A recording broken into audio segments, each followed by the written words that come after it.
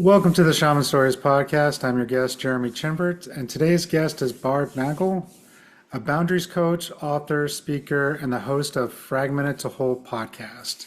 After nearly 40 years of therapy and personal development, Barb discovered that insight wasn't the missing piece, internal safety was. Learning healthy boundaries transformed her relationships and her life, and today she helps others stop overgiving, reclaim their worth, and create lasting change.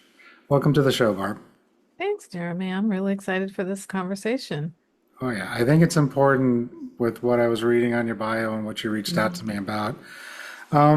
But before we get to that, I guess, real quick, if there's anything I missed in your bio or anything you want to expand upon, what you do today, and then we'll Mhm. kind of get to how you got there. Yeah, no, I think that was good enough, and we'll Okay, we'll get to it. Yeah. sweet. So I guess going with that, then, how did you get into the work you're doing today? You in the bio we mentioned, 40 years of Mhm. therapy, Yeah. personal development. Yeah. If you don't mind, what kind of started that path of Yeah, therapy? What were you sure. trying to work on, and hmm where you ultimately ended up at? Yeah. So back in 2015, when I was 52, I hit what I call a codependent bottom. And just in case people don't know what codependent means, I'd like to say something because I Hmm. didn't either. Even though I had been in therapy since it was about 15, read a gajillion self-help books and did retreats and spiritual groups and all this stuff. I don't believe I'd ever heard that word codependent. So a codependent is essentially someone who is really fixated on everything outside themselves. So what is he doing? What is she doing? What are they doing? What does he need? What does the situation need? What does the organization need? To the point where they often neglect and maybe even abuse themselves.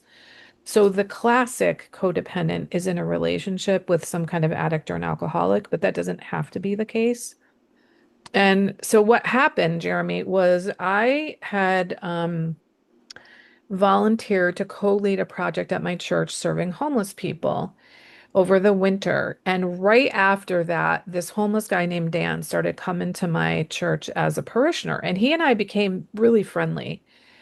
And I felt like it was like, oh, like a sign from God because here I was being brought a homeless person to help me understand from a first person perspective the plight of homeless people.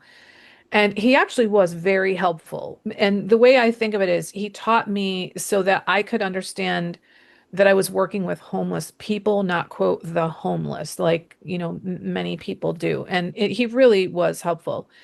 And 3-ish months into our friendship, we had a really big snowstorm here in New Haven, Connecticut. And I invited him to stay at my home. And I now know it is not normal to invite a homeless person to stay in your home. And I did it because he mainly never stayed in homeless shelters because he hated them. And I don't think anybody likes them, but you kind of have to during a really big snowstorm.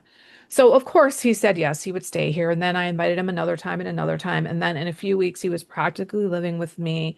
And I soon felt trapped in my own house. So he was a self-admitted alcoholic and addict. I think now on reflection that maybe he might have also had some kind of personality disorder because this guy fucked with my head in a way I have never experienced. He made me question reality, myself, my motives, made me think everything was about me. So one day I was talking about Dan in therapy, and in the middle of a sentence, I went, oh my God, do you think I need to go to Al-Anon? And my therapist was like, yes. So, just in case folks don't know what Al-Anon is, it's a 12-step recovery program for the loved ones of alcoholics. And most people have heard of Alcoholics Anonymous, which was the first 12-step recovery program ever developed in the 1930s in the United States. And it was the first time in history that droves and droves and droves of alcoholics got and stayed sober. And the second 12-step recovery program ever created was called Al-Anon and was for the loved ones of alcoholics. And so people might think, and I thought this too back then, why do the loved ones of an alcoholic need a program of recovery? And it's because alcoholism is a family disease. So people tend to think the drinking behavior of the alcoholic is the problem. It's actually the pinnacle of the symptoms Mhm. of the problem. And so, what the loved ones of alcoholics do with alcoholics is they try to do everything in their power to get them to stop drinking, go to rehab, go to detox, go to meetings, do all the things. And they end up focusing entirely on that person and their behavior, usually to the neglect of themselves. They become super controlling and probably resentful. And therefore, they need a program of recovery. And then what happens is so it's the things we do sort of naturally end up backfiring. And then the alcoholic feels controlled for some reason. And then they get resentful and they use that as an excuse to drink. So there's this cycle. So I had known about Al-Anon, and actually this friend Dan went to AA meetings. He wasn't sober. He went because they were warm and they had coffee and it was free. But he would talk about it and he would spout the stuff in the program, but he didn't follow any of it. So I went home to Google, and whatever I typed in looking for Al-Anon, the word codependent came up. And I was like, whoa, what? What is this word?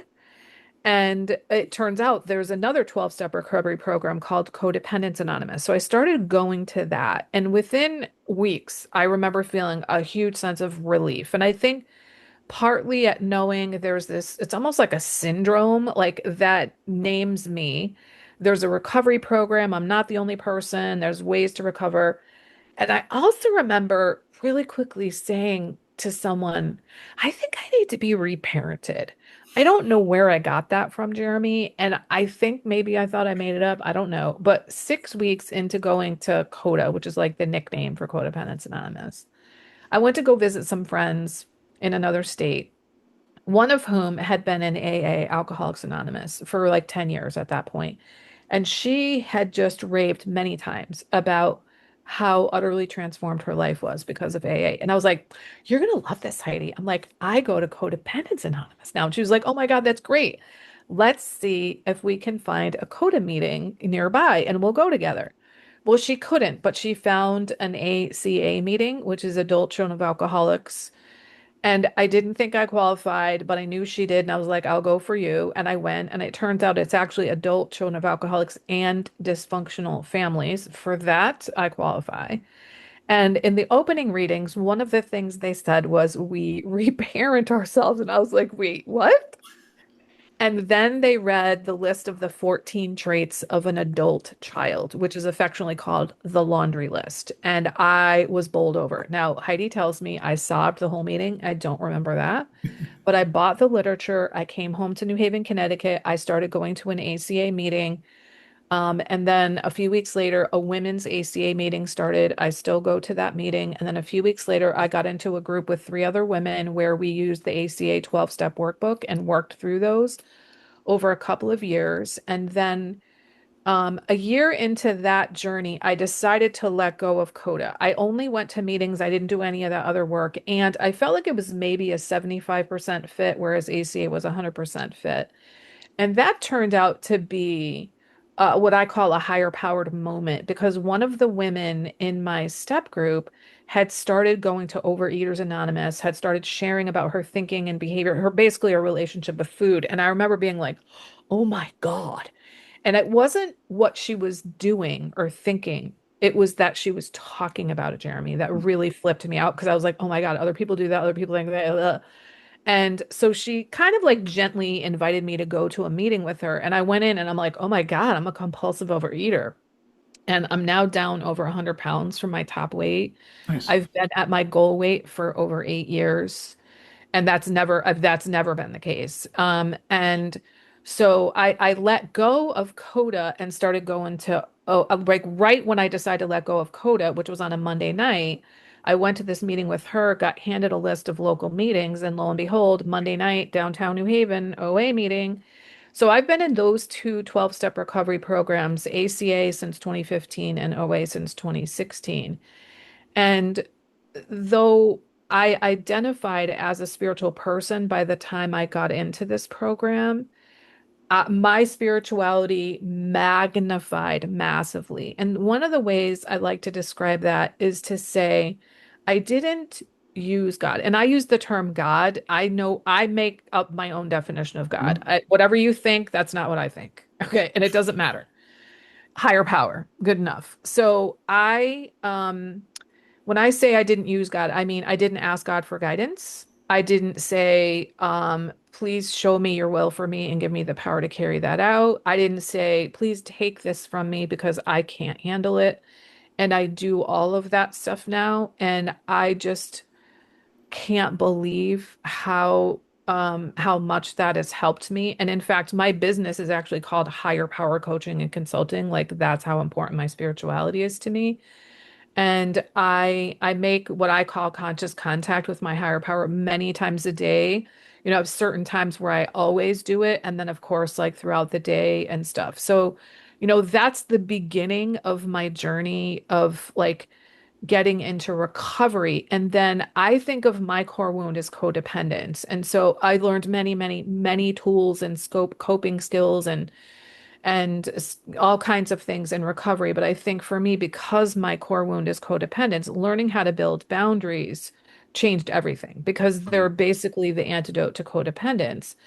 And I was working at Yale University when all this stuff went down. And I started building boundaries and I saw this ripple effect on my team and on my project and my organization. And I was like, what's happening? Like, none of them are in recovery. Like, why is this having such an impact? And it's because like when one person changes the dynamics of their interactions, everything around them changes.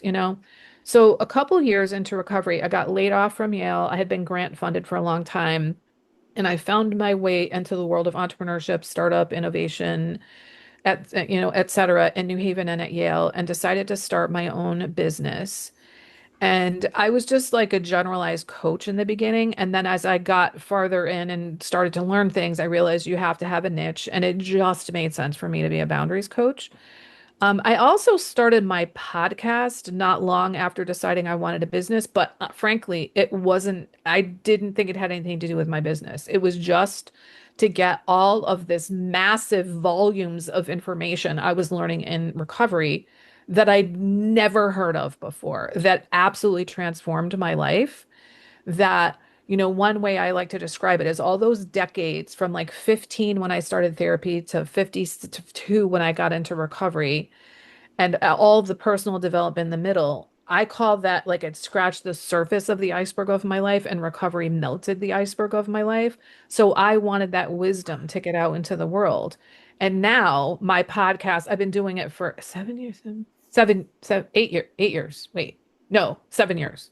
350 something episodes. It's now the number one way that I get clients, but I didn't start it for my business. I started it to what we call carry the message of recovery to those who still suffer. So that's a short-ish version of my story of how I got to where I am now. Nice.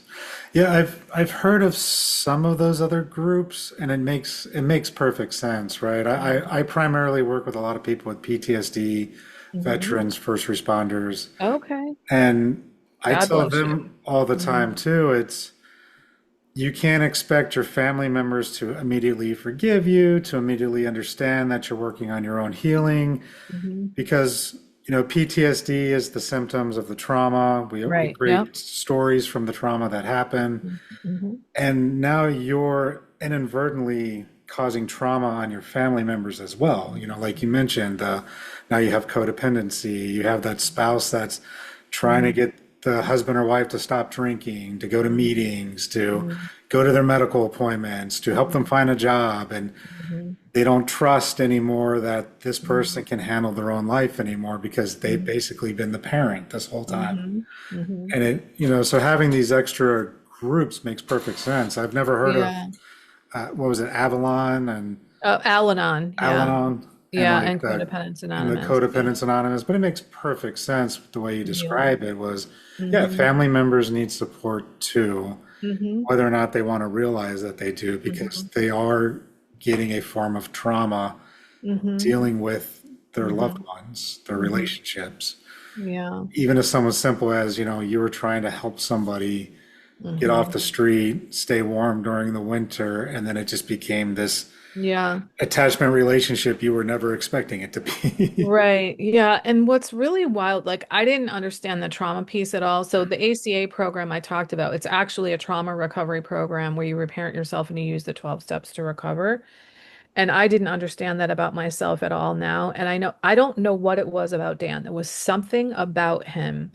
And when I hit my codependent bottom, it was like this meeting of I have to help this man or I'm gonna die. And I have to get rid of this man or I'm gonna die. And I literally, my knees buckled and I fell to the floor Well, with and like this. And he was standing right here. I don't have no idea what was going on. I remember we were standing in front of my wash machine. And I was like, oh my God, I'm having a flashback. And I meant emotional flashback. But Jeremy, I don't know how I knew that term. I never heard of an emotional flashback. He thought I was having a drug flashback. mhm. And he leapt into action. He's like, what do you see? What do you smell? What do you taste? And I was like it actually really helped me. But I remember also being shocked because he was one of the laziest mofos I have ever met in my entire life. So to see him leap into action for anything was astonishing. And I think that's what like got me out of it mostly. But I was like, what was that? And I now know that was a trauma response. So my understanding of adult children is that we suffer from intergenerational family dysfunction, which results in childhood trauma. And I didn't understand any of this when I got into the program. To me, trauma was like blunt trauma, like Mhm. PTSD from being in a war or being a first responder or something. I now understand that that's usually called big T trauma, and Yep. little T trauma is relational trauma that happens like drip, drip, drip of emotional invalidation, gaslighting, the things that happen in dysfunctional families.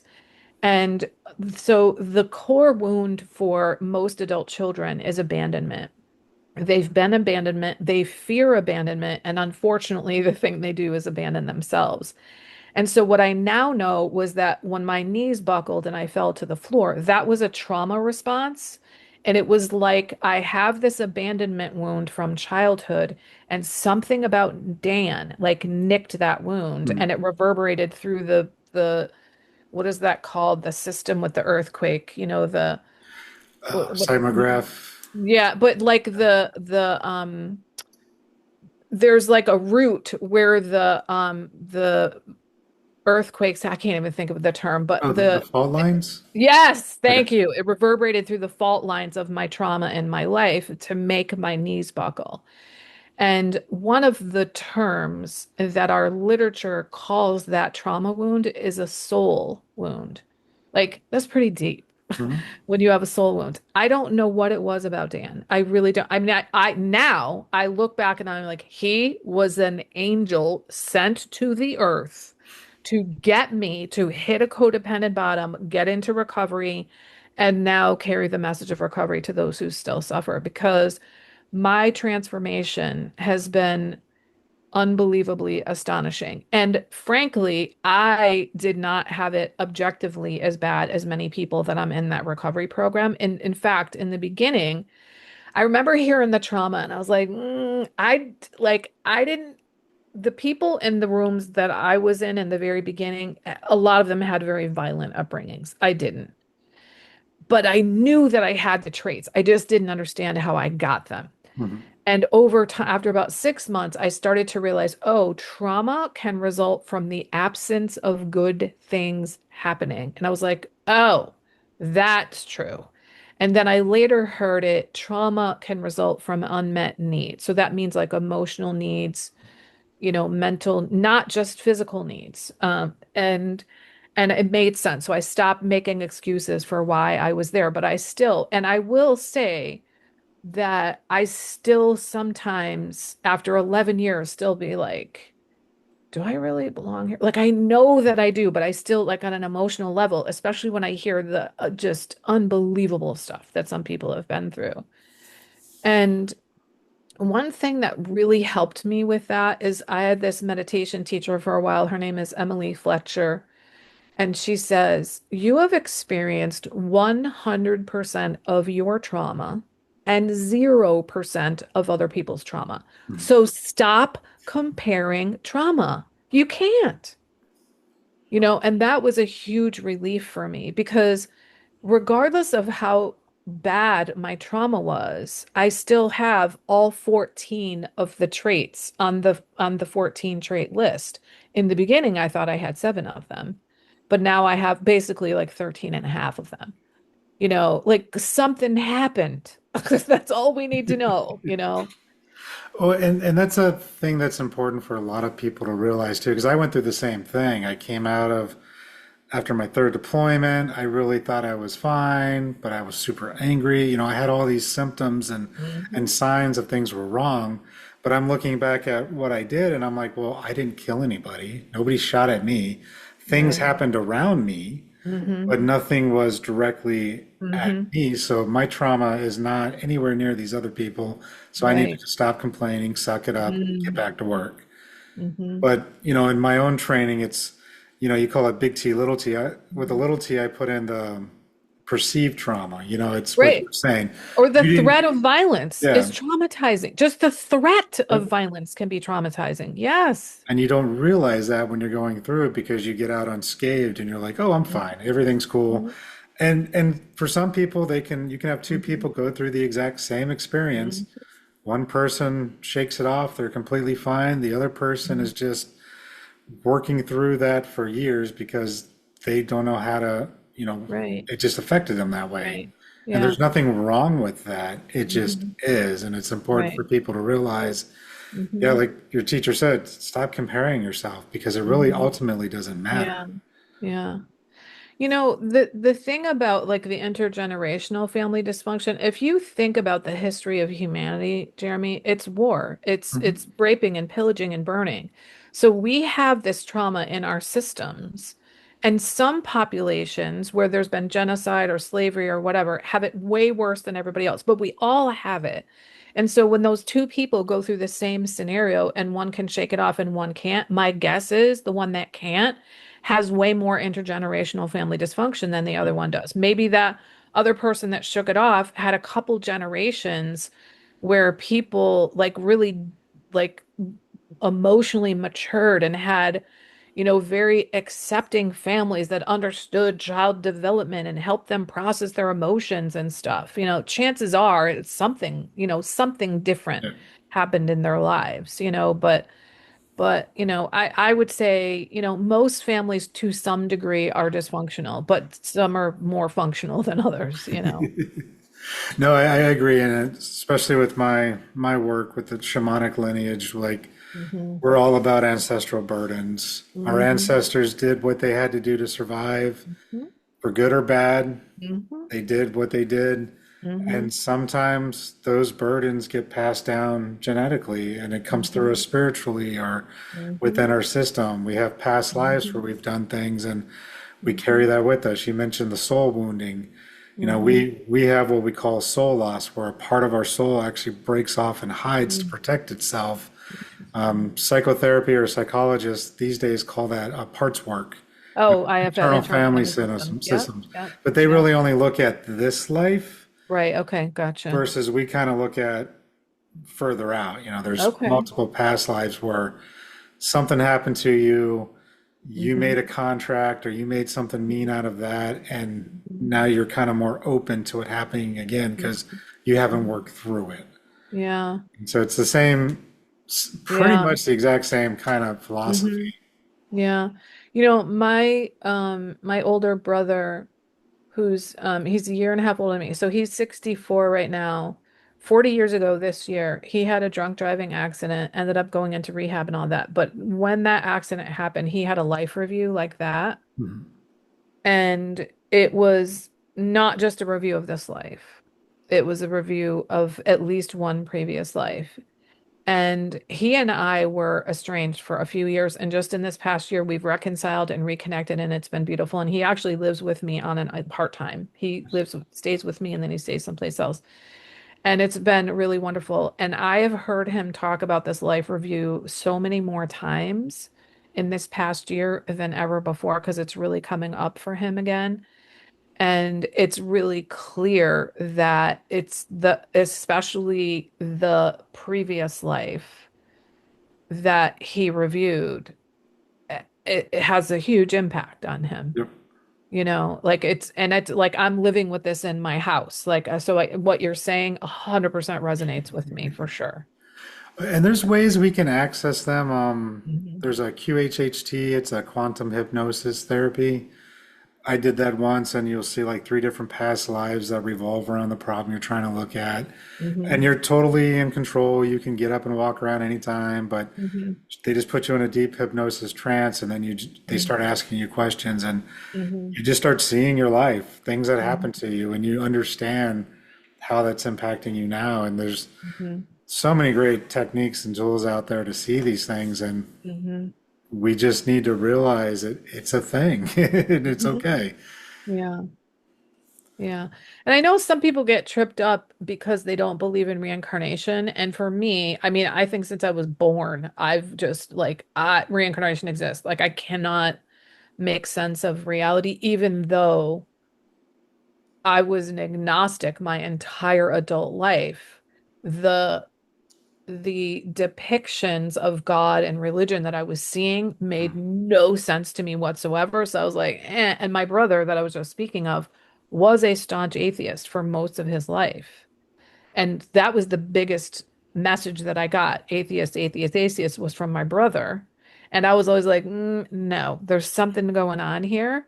But I just couldn't connect with anything that I was seeing until I was much older. But even though I was agnostic, I was like, reincarnation, it's a thing. Like, I can't make sense of the world without it. Yeah. And I mean, I personally believe it's a choice that we make. We can come back, try to relive some things in order to learn some different lessons. A lot of people say Mhm. Earth is like a learning ground, but Mhm. I truly believe you have a choice. You're not Mhm. forced to come back and repeat. We're choosing to if we want to. Mhm. And then some of us just say, hey, we're going to take a break for a while. We're going to hang out up here or maybe Mhm. go somewhere different. I don't know. Yeah.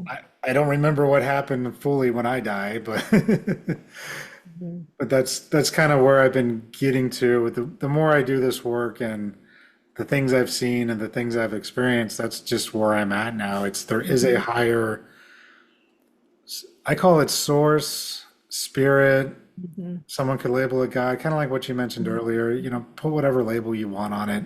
Mhm. I do believe there is a higher consciousness of something that's Mhm. helping, maybe not, control us, but Mhm. kind of guide the way things are going to a Mhm. point. So but again, Yeah. I don't know. I have yet to die in this life and be able to Yeah. talk about it. I just really hope that when I do die, that I'm aware, at least for a few minutes, from the Barb Nangle perspective, that, oh, okay, great. This is what's happening. I get it now. It's Yes, nuts. yes. I know I'm gonna forget in 5 minutes, but yeah. And out of curiosity, just kind of going back into your story, you mentioned each one of those organizations had the 12 steps. Are they the same 12 steps or do they Yeah, kind the 12 steps are the same. So, like, for example, the first one in Alcoholics Anonymous is we admitted we were powerless over alcohol, that our lives had become unmanageable. In Overeaters Anonymous, it's powerless over food. In Adult Children of Alcoholics, it's powerless over the effects of growing up in family dysfunction. So it's like what you're powerless over is different. And powerless does not mean helpless, by the way. Some people think, oh, that's bullshit. I'm not powerless. Well, if you, and here's what that really means is the problem is I have a lack of power. And the solution to lack of power is a power greater than yourself. So all 12-step recovery programs are defined as spiritual programs. Most people think that means you have to believe in God. No, you have to believe that there is some kind of power greater than you. What a lot of people who come in who are atheist or agnostic will say the power of the group is greater than me, for example. I tell people, look, if you don't believe in any of that, do you believe in the theory of evolution? Yes. Okay, well then evolution is greater than you. Believe in that, right? Something is greater than you because if you had the power to overcome the alcoholism or the compulsive overeating or the gambling or whatever it is, you would have done it by now, especially if your life is in the gutter. And so like admitting that you're powerless means stop trying to manage this on your own and then that your life is unmanageable is really taking a look at how has your life been decimated by this illness? But yeah, so all 12 of the steps are the same. The way that you work them, like every program typically has some kind of a workbook or something, like this is what you do to actually work the steps. Okay, that makes So it sense. might be different, but the 12 steps are the same, yes. And then, obviously, since you are a boundaries coach, I did want to dive into that because I Mhm. do think boundaries are important. It's something Yeah, I'm still learning in yeah. some areas. I'm very good in other areas. Hmm. So I guess just for everybody should know, but for those who don't know, Hmm. what are boundaries? What does that Hmm. really mean when we set Yeah. boundaries? And why is it so Yeah. hard for people to really want to do that? Yeah. So the way I think of boundaries, Jeremy, is that they're standards that you have for your life, hopefully that you live up to, and then limits that you set for yourself and other people to uphold those standards. So a really simple example is I have some health standards because I abused and neglect. I drank abusively till I was like in my 40s. I smoked cigarettes. I did it secretly for years. I smoked bales of weed. I was in like dysfunctional relationships, toxic situations. So I really take care of my health now because I didn't. Hmm.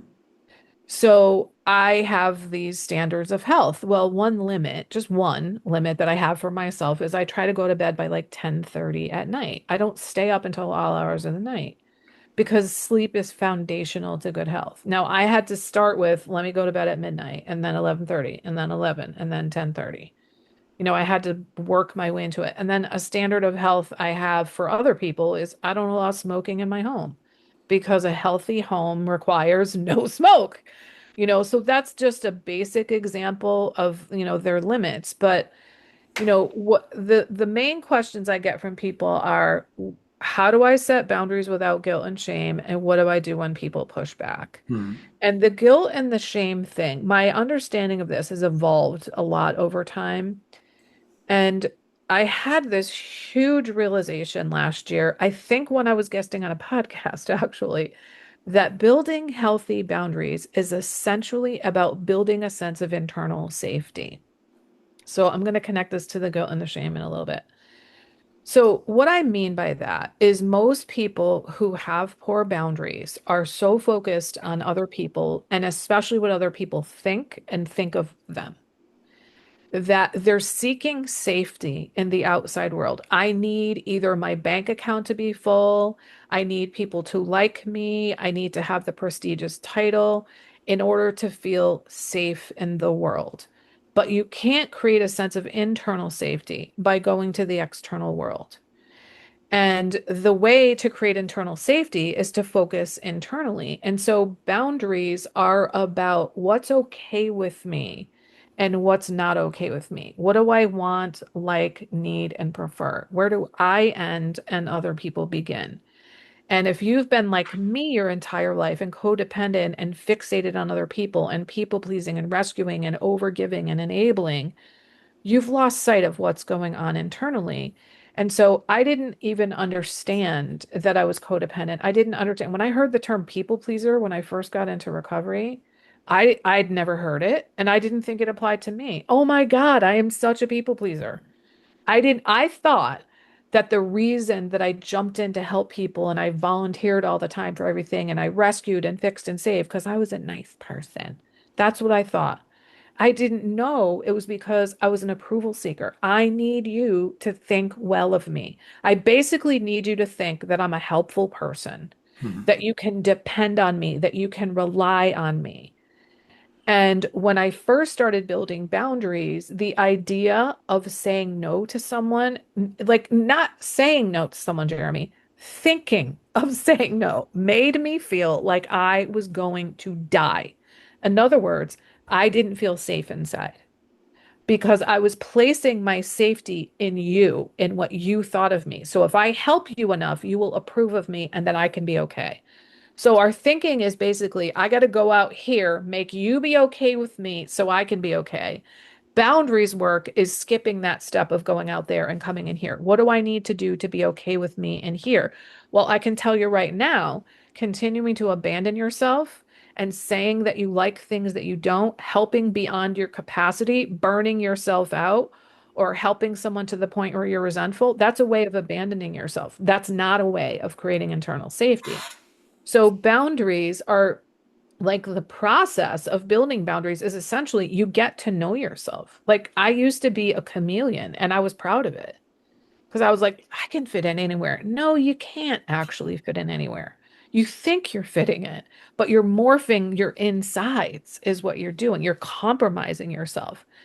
So I heard a therapist say last year the the level of guilt we feel when we set boundaries is proportional to how much we abandon ourselves. In other words, the way to stop feeling the guilt and shame is to stop abandoning yourself, stop compromising yourself. So we feel guilty often because I'll give an example, exact words from a client the other day. I have to help her because I'm a helper person. That's who I am. And I said, okay, let's break down your identity as a helper person. Your identity as a helper person is not help yourself. You are not, you're excluded from the people that you help. Do you see that? And also, the people that you help are not people who help themselves and people that bleed you dry. So, your definition of what it is to be a helper has some kinks in it. Like, there's some fucked up stuff in there, there's some fucked up reasoning in there. So, she's feeling guilty for not being the helper person. And I'm like, you're actually enabling that person to continue in their dysfunction. You're not actually helping them. You're definitely not helping yourself, and you're not helping your family by neglecting them and by neglecting yourself. So you're telling yourself. So she feels guilty about violating this identity that she has. She identifies herself. And so, if we want to get over the guilt and shame, we get to stop abandoning ourselves. And so, the way I've been teaching this for a long time without understanding, I was teaching people to stop abandoning themselves, is I have my clients identify their top 5 values. And it's not just here's my list, it's what is that? What is the name of the value? What does it mean to me? And how do I define it? So that we can make sure that you know what you're talking about. And then you use those values as guideposts or guardrails for how to set boundaries in your life, how to make decisions in your life. And when you keep bringing yourself back to this is what matters to me, this is what matters to me, this is what matters to me, you are not abandoning yourself because that particular bundle of values bubbled up within you for a reason. It's the essence of who you are. They're not someone else's values, they're yours, and they're yours for a reason. And they're not going to lead you astray if you follow them. So when you stop abandoning yourself, it's a lot easier to stand strong and firm in a boundary that's about something that you really care about than something that doesn't particularly matter to you. So this, you know, stopping abandoning yourself is the way that you do that is you build internal safety. And so one of the most impactful types of boundaries you can set to increase your sense of internal safety are internal boundaries. These are things that you're doing inside of you that some of them will affect other people, many of them won't. So, a couple of the ones for me that had the hugest impact was I didn't even know until I got into recovery that I had tons of negative stuff going on in my head. I did some work in my late 20s to overcome my negative, like my internal talk. And I thought I was good. And then I was in my 50s and I got in recovery. I've always thought of myself as a super optimistic, positive, inspirational person. I have affirmations and, I just like super positive. And I am all those things. And at the same time, I didn't know I ruminated about the past. I catastrophized about the future. I complained constantly and I blamed other people for everything. I didn't even know any of that stuff was going on. All that negativity was going on. And so I didn't even really understand myself fully. And so when I started to realize how much of this, like let's just take ruminating and catastrophizing. Now that I know that it's happening, I realize I am the only person that has the power to stop that. So an internal boundary is what do I do when that comes up? Or what do I do when something happens that in the past I would use to beat myself up with? Hmm. Like, oh, I shouldn't have done that. I'm such a piece of shit. I can't fucking believe that I did that. Like, I actually said things like that to myself. And so, an internal boundary is you stop doing that. You start like realizing, like, I am a beloved child of God. I made a mistake. I'm not a mistake. Or, someone wants help and I choose not to help them because I don't have the bandwidth. I tell myself that is their issue. It's not mine. It's their property. It's not my property. I could choose to help, but right now I don't have the bandwidth and it doesn't make me a bad person. So we start setting internal boundaries with ourselves, and we also have to pay attention to our nervous system. And no one else can do that for you. So, like for adult children, most of us have been in fight or flight mode our entire lives. And when you're in fight or flight mode, you can't access the frontal lobe of your brain where your higher order thinking is done. And so you become a reactor to life rather than actor on life. And so, if you really want to be a proactive person, you cannot be responding out of the fight or flight mode. You can't be reacting like that. So, understanding I don't have to power through things. Like, I got the message when I was growing up, Jeremy. Whatever life deals to you, you fucking deal with it. Just deal with it. Power through. It doesn't matter if you're five. It doesn't matter if you don't know what to do. It doesn't matter if you're scared shitless. Just do it. Yeah. And I thought that was good. And now I understand that is me abandoning myself. And so, right now, at this point in my life, my nervous system regulation is the highest priority. But it wasn't for most of my life. And that's really only been the last handful of years. And now that I made this connection, boundaries are about internal safety. Part of my internal safety is I pay attention to my nervous system. And if it's starting to get jacked up, I do whatever I need to do. I meditate every single day. I also do a lot of inner child work. I journal. I pray a lot. I make lots of conscious contact with my higher power, which helps regulate my nervous system. I also often when I have my lunchtime, I lay on the couch and I watch Hallmark movies because it's good for my nervous system, because there's always a happy ending, there's always a kiss at the end. Now, when I was a young woman, I had disdain for things that were wholesome. This has just come up for me in the last 3 weeks. Somebody said the word wholesome, and I was like, oh my God. I just started watching Little House on the Prairie. I would have gagged if I thought about watching it as a child. And I was talking with somebody, I'm like, what was that disdain for things that were wholesome? And she said, when you can't have something, sometimes you sort of like poo-poo it. And I go, the idea that I couldn't have it, that wasn't on the radar. It was so foreign to me.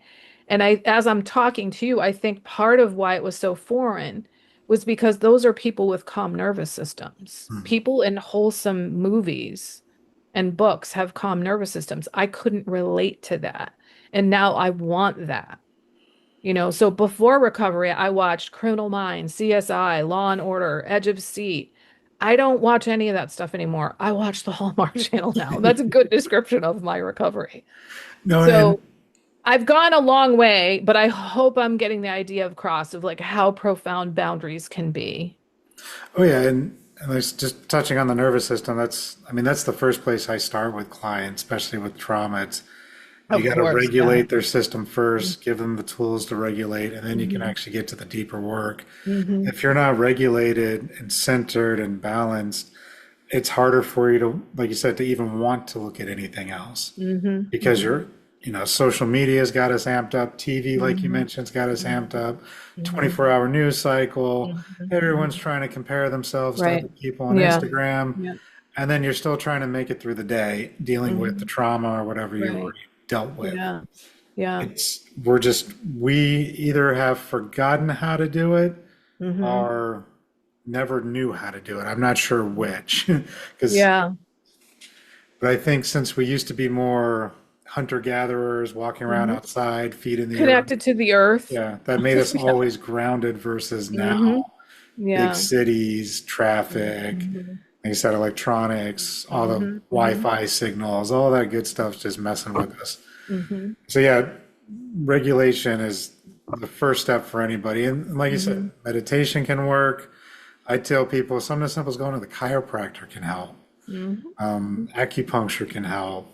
Hmm. Simple Hmm. box breathing can help. It Hmm. doesn't need to be 5 hours of mantras Hmm. and yoga. Right. You don't have You to can sit on a mountaintop. Yeah.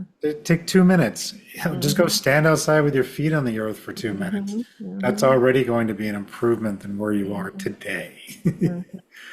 And then I think too with boundaries, with what you were saying, one, by claiming your boundary, you are claiming back your personal power. You're Hmm. setting those boundaries, you're Yes. bringing back your power from other people. Hmm. And I would Hmm. even take it a step further as to look at what wounding might be there for you. Like, why are you such a people pleaser? Were you Yeah. trying Yeah. to get the Yeah. love of a parent? Were you Yes. trying to, be accepted within a group? Hmm. What Hmm. what was it about being a people pleaser that Hmm. where it started that led you down this path where now that's just day to day? Hmm. There's a story there. There might be a Yeah. wounding there. It could be a little T trauma where, Hmm. you were rejected Hmm. at 6 years old from a kid's pool party because you weren't Hmm. willing to bark like a dog and do something stupid that they wanted you to Yeah. do so they could laugh at you. Hmm. But you really wanted to go to the pool party, so you gave in and did it. Hmm. Random, weird example, So but not an actual autobiographical no, story there, no, Jeremy? that Okay. I don't think that happened to me. I might be Okay. reliving something now at this moment. But I've seen it with my own kids, right? Where they're trying to fit in at a younger age, Mhm. and the kids are like, "Well, you need to go do this in order to play with us." And Mhm. I tell them, I'm like, "You don't need their approval. Like, Mhm. none of this." It's Mhm. hard when you're a kid to realize that, Of course. coming Yeah. back in our late 40s, 50s, 60s, Mhm. we're like, I don't care what any of y'all think, I'm doing it my way. Mhm. But when you're Mhm. 6, hell, Yeah, of even course. into your 30s, you're more concerned about what people think about you Right. because you Yeah. want that fit in. We have that need to fit in Yeah. the tribe. When you Yeah. become the elder, you're like, you either follow me or you Yeah. don't. I'm done. Yeah. Yeah. Yeah, I think, for me, Jeremy, the core element that changed for me, that shifted for me to go from 50 something years of no boundaries to having such healthy boundaries that I now coach them, is that I've come to care more what I think of me Yeah. than what other people do. And it doesn't mean I don't care what other people think. Of course I do. What it means is that I used to throw my integrity out the window and say yes to things I didn't want to do. I acted like I would be dying inside, and people go, "How are you?" I'd be like, "I'm fine." I would volunteer for things I didn't even really want to do, and then would resent the hell out of you, and then probably complain about you behind your back. None of that stuff is in integrity. And I'm no longer willing to throw my integrity out the window so that you will approve of me. And I really didn't understand that it was about seeking other people's approval until I got into recovery and started, uncovering all this stuff and doing the work. And so now, like, I want you to approve of me, but I don't, with clause, like, need you to approve of me the way that I used to. And a lot of it is that I approve of me because I live in integrity with myself. I didn't know that I wasn't in integrity. For example, when I got in recovery, I truly believed that I was an honest woman. Oh my God, have I lied about so many things? I lied about cigarettes, about drugs, about alcohol, about relationships. But the majority of my lying was all in the people pleasing department, saying yes to things, acting like things were okay, or even just, compromising my principles, going places I didn't even really want to go, and then eventually getting resentful of people for making me go when they didn't know, that I didn't want to go because I never said anything. But then I held them emotionally accountable for Hmm. that and used it as evidence for why, whatever, they didn't love me or whatever. Lots of shady stuff that I just didn't know. And what would you recommend to someone who, so trying to think of the right way to word this. I think it's a lot easier to set boundaries with people you don't know Hmm. and probably friends than it is to set boundaries, say, with your spouse, partner, or even kids. Yeah. So for someone, like yourself, or maybe Hmm. they're, we'll just say older, Hmm. 40s and up, and you've Hmm. been doing the same thing for your Hmm. family for so many Hmm. years. Hmm. How do you start that process of setting boundaries? I don't think it would be healthy to set every single boundary at once. No, no, no, no. Yeah. So for one thing, I do want to make clear that setting, like learning how to build boundaries is an experimental process. So you don't know what you're doing in the beginning, and that's okay because you shouldn't. But you go as far as you can see, and when you get there, you can see further. And so what I recommend for people is you start setting boundaries with yourself. So the first boundary that I remember setting was I was still working at Yale University at the time, and my ex-boyfriend of like 8 months would email me on my personal email. So I'm at work, I open up my personal email for some reason, I see an email from him, and I feel compelled to open it immediately. I'm pissed at him for interrupting my day, even though he didn't interrupt it, I did. And then I felt compelled to respond to it, and I was full of animosity and all that. And I'm not dumb, Jeremy, okay? I needed the women in my step group to go, Barb, you don't have to open that email. But he's going to think I'm a bad person. Barb, he won't know when you opened it. Like, again, not dumb, but I needed to be told these things. So for me, the first time that I didn't open the email from an ex-boyfriend Of 8 months. was huge for me. And eventually got to the point where I will open emails when I have the psychic space to deal with them. It took me a couple years before I realized that I could block him. Like it was a journey for me, right? So I would say set boundaries with yourself first. Here's why. Because one, nobody else is involved. Two, when you start setting boundaries, you are going to have feelings, probably guilt and shame, but something difficult is going to come up. If you're going to have something difficult come up, you might as well have something difficult come up when there's nobody else involved, just you, right? Because you are going to have to learn, you get to learn how to process your own difficult emotions. You get to learn how to be there with yourself and create internal safety. And by the way, internal safety doesn't mean you feel calm all the time. It means you have your own back. You can count on yourself to follow through. You're not going to be able to do it in the beginning. You're not, but eventually you will. So you start with yourself with things that are easier. And then as you've done it a few times with yourself, then you start with people who are relatively easy. Strangers, as you mentioned, way easier. You don't have an emotional connection to them. Then easygoing people in your life. And then as you get better and better at the boundaries, then you start handling the more difficult ones with people.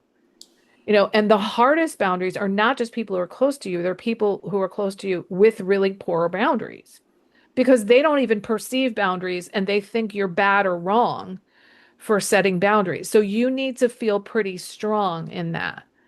And one of the biggest myths about boundaries, Jeremy, is that they're walls, and like 99.999% of boundaries are not. But if you're being victimized and you have a restraining order, that's a wall and you need it, Yeah. right? But most boundaries are not that.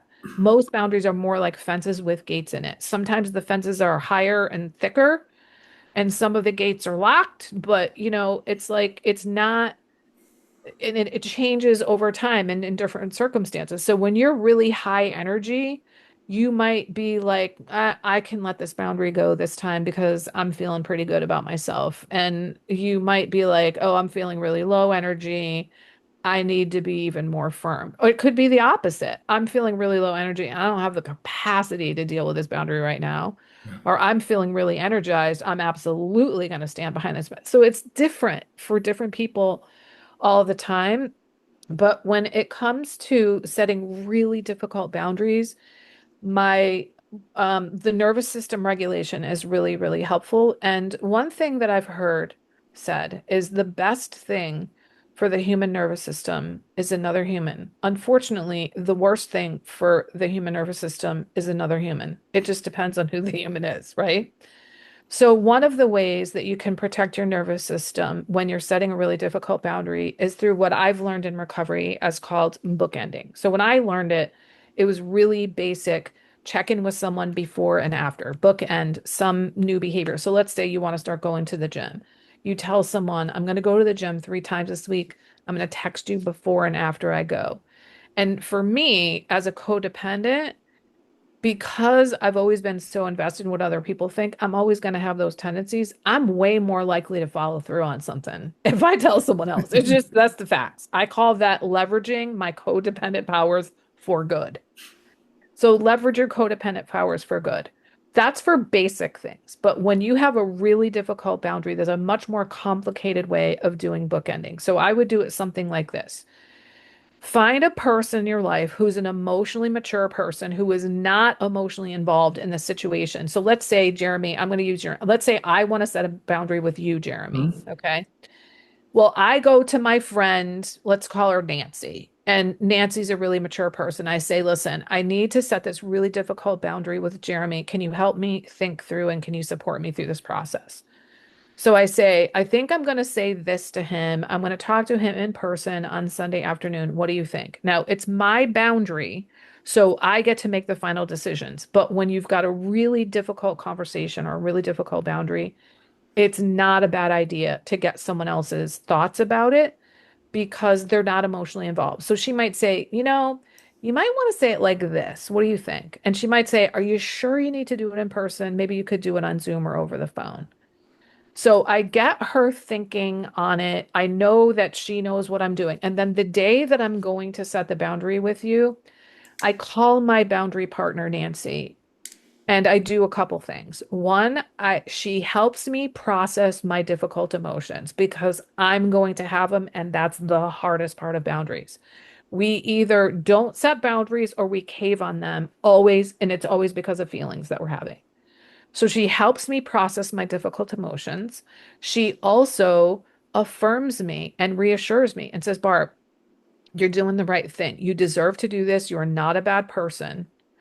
And then I go and I have my conversation with you. And while I'm there, because I've already processed with Nancy, I'm less likely to launch those negative emotions at you because I've done some processing. I also know there's somebody out there who knows where I am. They know what I'm doing and they are waiting for me because she's going to bookend with me on the other end of that call. And so I don't feel like I've been abandoned. I have another person co-regulating with me, even if they're not in the room with me, because I know that they're with me. I set my boundary with you, and then I go back to Nancy and I talk to her again. And even if things went fantastically with you, Jeremy, I'm probably still going to have some difficult emotions. So she again processes the emotions with me. She again says, this was excellent. You did such a good job.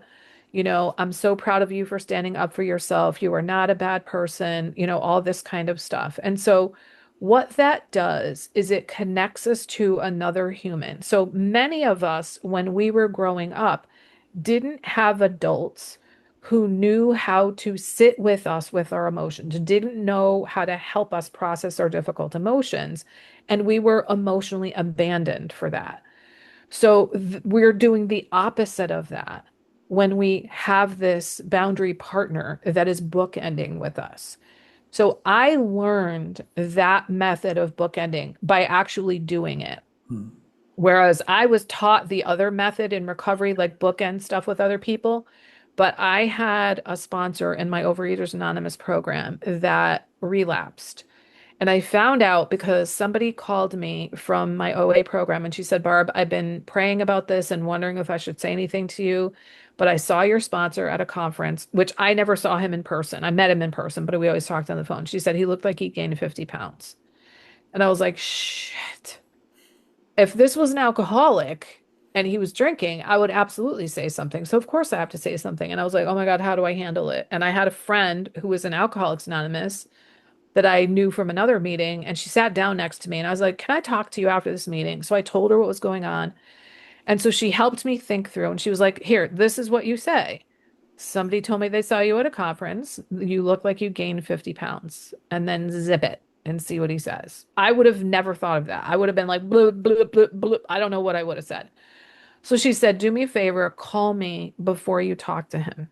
So she did all those things that I told you about. I didn't know she was going to do it. She processed my difficult feelings. She reassured me, all this stuff. And then she said to me, would you like me to pray with you? And I was like, what? Yes. Oh my God. And then she said, when you get off the phone with him, call me. And I have to tell you something, Jeremy. I was probably 56 when that happened. I had never in my entire life shared anything like that with another person. I had 100% of the time been through every difficult situation in my life alone without the emotional support of another human. And I could not believe what it did for me.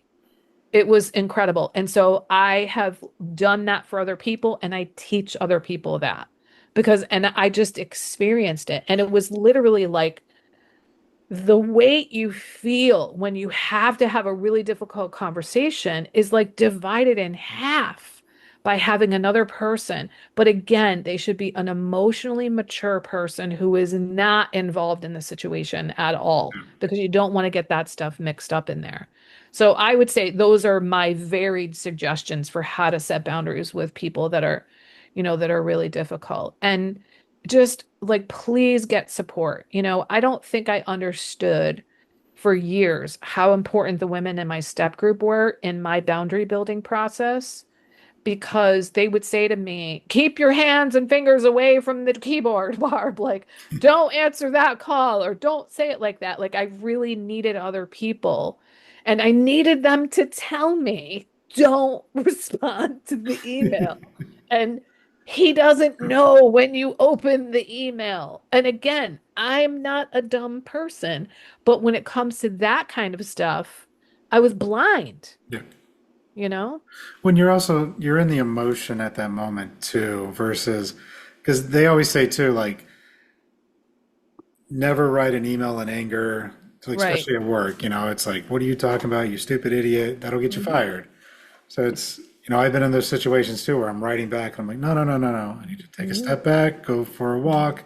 Mhm. Then I'm going to respond to this email in Right. a nice manner that still gets my point across. And it's, the Mhm. same thing. It's by bookending, you can verbally dump all that stuff Mhm. out, Mhm. get it out now. And then when you Mhm. actually have the real conversation, you can be more calm, Right. collected. That way you're not going in there with the emotion and it comes across as more blaming and yelling and Mhm. anger Yeah. versus I need you to stop doing this or I'm no longer willing to do X Mhm. because it makes me feel like this. When you Mhm. do these things, Mhm. I respond in a certain way that I'm not happy with. Mhm. Insert scenario here, but you're coming in from more of a logic, cool, collected base where you can just say what you need to Mhm. say. Mhm. They still might get upset. They might Right. still get reactive, but that's okay. You're expecting some reaction. They also might just be like, oh, you're right. I'm sorry. I didn't realize that. That could happen too. Yeah. Yeah. And And even if that does happen, you might still have difficult feelings. You'd be yeah, surprised how many people set boundaries that they're expecting to go horribly. They don't go horribly, and then they still have all the feelings as if they went horribly because they're like, oh my God, I'm a bad person. I shouldn't have done it. And it's like, so then it's time for the internal boundaries of, oh, wait, I'm not a bad person for having done that, or whatever it is you need to say to yourself, or they didn't to, react that way. They don't love me. They don't appreciate what I've right, done, or right. Yeah, they're not yeah, taking responsibility for what they did to me. yeah, I've seen that too. yeah, yeah. But yeah, no, so I guess as we start wrapping up though, we've kind of given advice, we've given some tips and tricks. Is there any other like key advice or maybe something someone else can do before they start on this journey? I mean, we've talked about nervous system regulation, Hmm. setting Hmm. internal boundaries, setting the external Hmm. boundaries. Hmm. I guess, I don't know, maybe how can someone tell truly that maybe they do have a codependency problem or something that they need to get help on that they're just not addressing? Yeah, I mean, I think resentment is a really good indicator. The phrase I just heard recently that's been really resonating with me is using resentment as a diagnostic tool. Like if you are helpful to someone to the point where you are resenting them either from taking so much from you or not reciprocating or not being appreciated, you're probably codependent. If you are helping someone or something or some project or some cause to the point where you are absolutely exhausted and overwhelmed, you are probably codependent. If you think that you are a bad person or you are fixated on what other people will think of you, if you stop doing the things that you're doing, you're probably codependent. And, I want to also talk about the word enmeshed here because there's a relationship between enmeshed and codependent. So, enmeshment is typically an emotional enmeshment where it's almost like you don't necessarily, some people actually feel other people's feelings, Mm. but you feel really responsible for other people's feelings. And so like families can be enmeshed where nobody's allowed to have boundaries, nobody's allowed to have their own identity. Like we're hockey fans, or we're a military family, or we're a bunch of engineers, or we're artists or whatever it is. And that's what we do in this family. And then if you try to not do that, you're like not towing the family line. So, that's enmeshment. And then the codependent behavior is how we try to manage the enmeshment. So one of the metaphors that I came up with a while ago is enmeshment is like if you have a garden and someone else has a garden and then the roots start growing into each other, that's enmeshment. And then codependent is how do we deal with it? A codependent person tends the other person's garden and they ignore their own garden, right? And so those are some ways that you can spot that. And like if you feel guilty because you want to do something different than your family, like maybe your family goes on the same vacation every year. And either maybe you don't feel guilty, but they lay a guilt trip on you for it. That's enmeshment. Like chances are you're enmeshed. And there are some cultures that it's just that way. And I think I've coached a number of people from a variety of cultures, many of which are much more communal oriented. And so it's like I'm a white person that grew up in America. I identify as from a culture that's very individualistic, so that boundaries are going to be experienced very differently for me than if you grew up in, like, for example, South Asian culture, where you are part of a family. You are not an individual person. And so you get to decide, especially if you are living in the United States and in part of this culture, like how much of that do you want to take on and how much do you want to individuate and that sort of thing. So, it's different for different people. I have tons of resources on my website, family boundaries, romantic boundaries, workplace boundaries, personal boundaries. I have like 350 something episodes of my podcast, many of which are about boundaries, not all of them. I have like 150 something articles, many of which are about boundaries, not all of them, that people can look into if they're curious, about this stuff. But I would say if you have feelings of guilt, shame, and resentment, overwhelm, of burnout, chances are high there's something going on there that's not quote unquote normal. Yeah, and I'd say with that too, because I say it all the time when we're talking about healing, this is a form of healing. Sometimes when we're in that healing journey, that process, in this case, we're talking about setting boundaries, working on ourselves. Sometimes those around us we have to let go, maybe Mhm. temporarily, maybe permanently, Mhm. because sometimes getting out of that relationship or Right. distancing Yeah. ourselves from that relationship Mhm.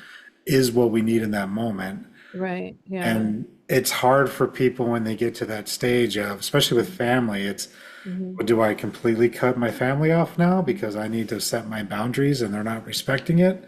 Mhm. Maybe, maybe Mhm. only for a couple months till they finally come to terms with this Mhm. is what is expected of me now, and Mhm. they're going to have to be okay with that. Yeah.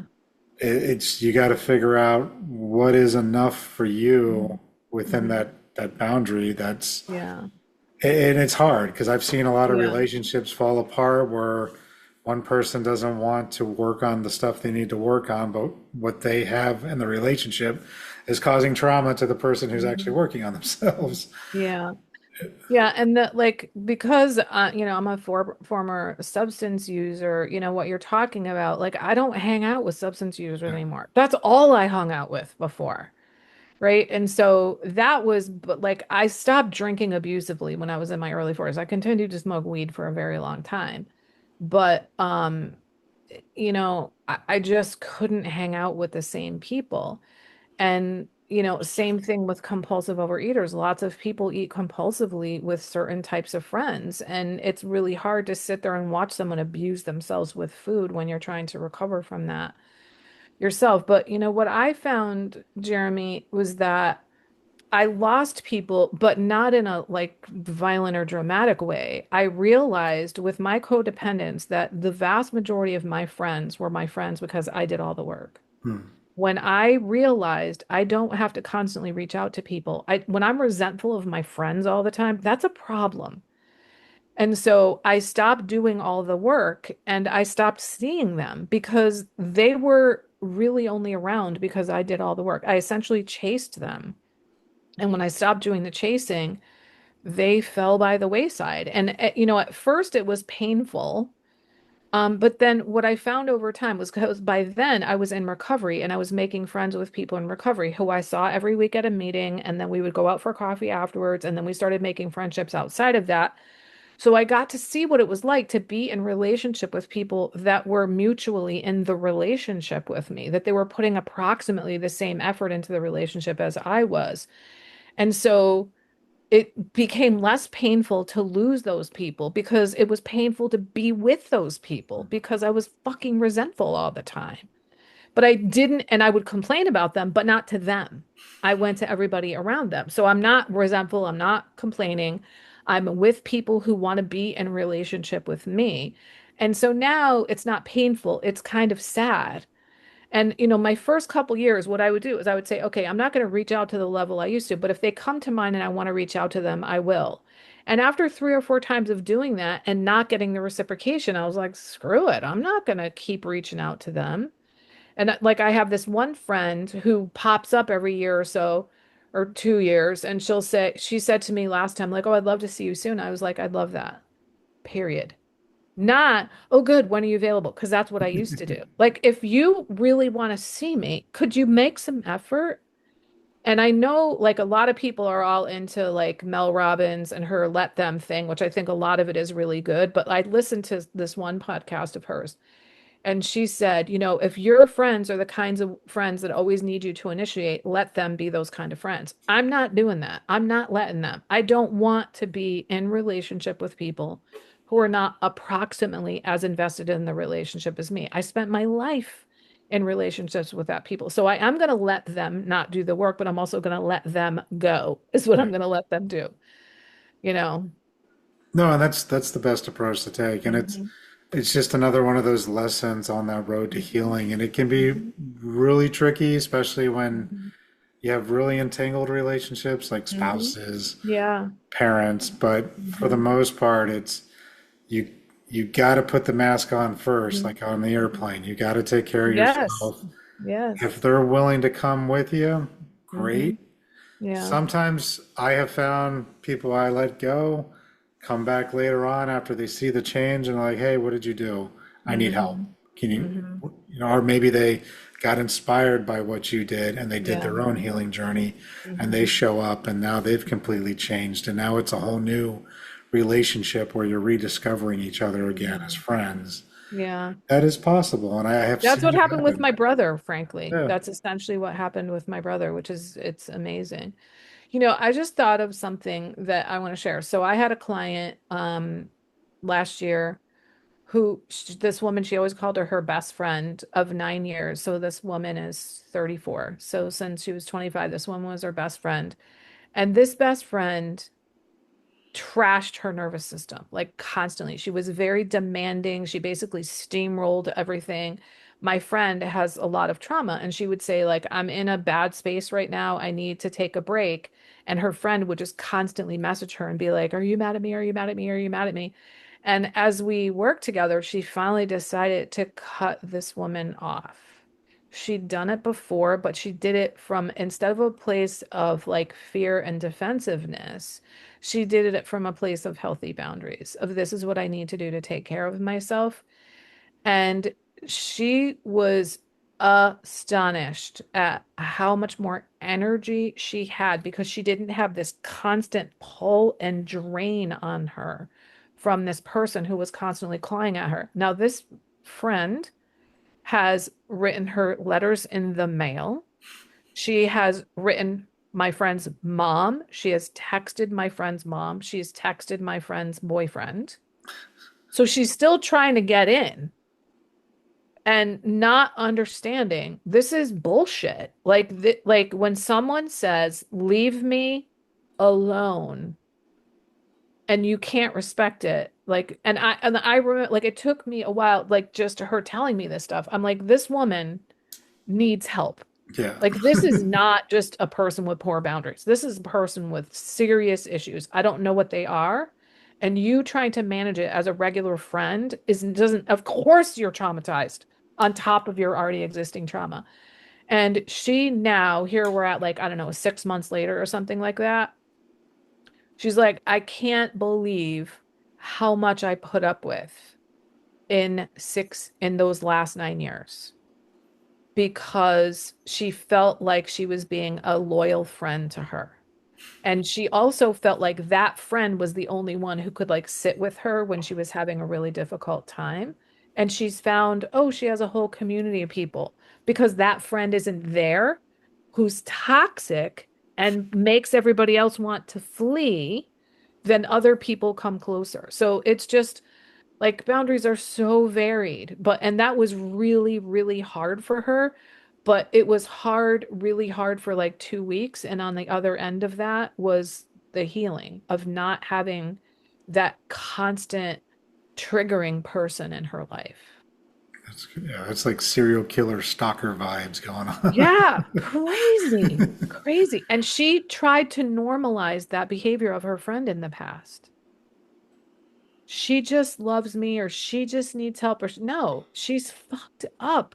And I'm not saying that to because she's a bad person. I'm saying it because she needs help. Yeah. She's traumatized, clearly. She's like the next level of codependent. Mhm. Like there's Yeah, something there she's the that, side of codependent that steamrolls over other yeah, people as opposed to people that lay down and let people steamroll over them. Yeah. yeah, definitely needs some help there. Hmm. Well, I appreciate you coming on. This has been really good. I think it's important that people see these things, these different, because it's the show's not just about, different modalities of energy work and this kind of thing. This stuff is important too, and this all ties together with our healing. It's Hmm. setting our boundaries, Hmm. resetting our nervous system, looking at our stories, getting help, even like at one of these anonymous places. Like I've heard of Alcohol Anonymous, Anonymous, Yeah. overeating, but support group anonymous, for the Yeah. family members. I've never Yeah. heard of that or Yeah. even would have thought that was a thing. And I think that's Yeah. important for people to realize it's out Yeah. there. If you want, I can send you links to all those programs that you can Sure. put in the show notes for people. That way it'll make it a lot easier. They don't have to remember the names. They can just click on the link. So I can send Nice. you that. Yeah, I can do that as well. And let Okay. people know where they can find you. And I'll make sure your Sure. links are in the show notes, your Yeah. podcast, all that good stuff. Okay, great. So since you're already listening to a podcast, you can hop on over to mine at Fragmented to Whole. My place that I hang out on social media is LinkedIn. I'm at Barb Nangle. I used to be on Instagram and Facebook, so there's still content there, but I'm not active anymore. And then I have tons of free low price, mid price, and high price stuff on my website. It's higherpowercc.com. So that stands for Higher Power Coaching and Consulting. And then I don't know when this is going to come out, but I'm coming up with an internal safety course soon. Um, and the name of it, because I'm under pressure, the name of it is escaping me at this moment, but I will be having an internal safety course soon because it really seems like it's really resonating with a lot of people to like this idea of creating internal safety and setting internal boundaries is really, really I helpful. want to But say early July this should be coming out. I got to double check the okay. schedule, but not too Yeah. long. Yeah, it'll probably come out early in the fall. So, Okay, plenty of yeah. time. Yeah, Okay. Great. sweet. Yeah, I appreciate your time. Thank you for coming on, and All right. yeah, Thank you appreciate it. so much, Jeremy. All right, keep up the great work. You too. Thank you. All righty. Bye now. Bye. Thank you for tuning in. Be sure to like, share, and subscribe. And if something our guests shared resonated with you, connect out to them. That's what these stories are here for. And if you're looking for deeper healing or support, you can always find me at pnwshamanichealing.com. See you in the next episode.